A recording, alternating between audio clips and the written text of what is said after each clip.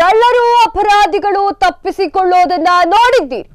ಆದ್ರೆ ಬೆಂಗಳೂರಿನಲ್ಲಿ ಪೊಲೀಸ್ ಅಧಿಕಾರಿಯೇ ಪರಾರಿ. ವಿಚಾರಣೆಯ ವೇಳೆ ಪೊಲೀಸ್ ಅಧಿಕಾರಿ ಎಸ್ಕೇಪ್. ಬೆಂಗಳೂರಿನ ಅನ್ನಪೂರ್ಣೇಶ್ವರಿ ನಗರದ ಠಾಣೆಯಲ್ಲಿ ಈ ಒಂದು ಘಟನೆ. ಸುಳ್ಳು ಪ್ರಕರಣ ದಾಖಲಿಸಿದ್ದಕ್ಕೆ ಬಂಧನದ ಭೀತಿ. ಅನ್ನಪೂರ್ಣೇಶ್ವರಿ ನಗರದ ಇನ್ಸ್ಪೆಕ್ಟರ್ ಕುಮಾರ್ ಎಸ್ಕೇಪ್.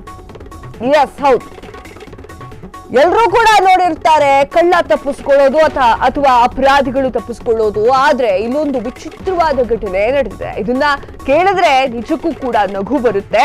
ಏನಂತಂದ್ರೆ, ಒಂದು ಇನ್ಸ್ಪೆಕ್ಟರ್ ಪರಾರಿಯಾಗಿದ್ದಾರೆ. ಕಳ್ಳರು ಅಪರಾಧಿಗಳು ತಪ್ಪಿಸಿಕೊಳ್ಳೋದು ಕಾಮನ್, ಆದ್ರೆ ಬೆಂಗಳೂರಿನ ಪೊಲೀಸ್ ಅಧಿಕಾರಿಯೇ ಪರಾರಿಯಾಗಿದ್ದಾರೆ. ವಿಚಾರಣೆಯ ವೇಳೆ ಪೊಲೀಸ್ ಅಧಿಕಾರಿ ಗ್ರೇಟ್ ಎಸ್ಕೇಪ್ ಆಗಿದ್ದಾರೆ. ಬೆಂಗಳೂರಿನ ಅನ್ನಪೂರ್ಣೇಶ್ವರಿ ನಗರದ ಠಾಣೆಯಲ್ಲಿ ಒಂದು ಘಟನೆ ನಡೆದಿದೆ. ಸುಳ್ಳು ಪ್ರಕರಣವನ್ನ ದಾಖಲಿಸಿದ್ದಕ್ಕೆ ಬಂಧನದ ಭೀತಿ ಎದುರಾಗಿದೆ ಪೊಲೀಸರಿಗೆ.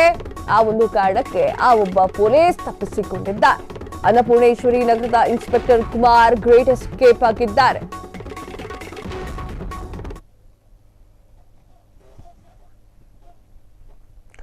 ಬೆಂಗಳೂರಿನಲ್ಲಿ ಈ ಒಂದು ಘಟನೆ ನಡೆದಿದೆ. ಅದರಲ್ಲೂ ಕೂಡ ಅನ್ನಪೂರ್ಣೇಶ್ವರಿ ನಗರದಲ್ಲಿ ಈ ಒಂದು ಘಟನೆ ನಡೆದಿದೆ. ಇನ್ಸ್ಪೆಕ್ಟರ್ ಕುಮಾರ್ ಗ್ರೇಟ್ ಎಸ್ಕೇಪ್ ಆಗಿದ್ದಾರೆ.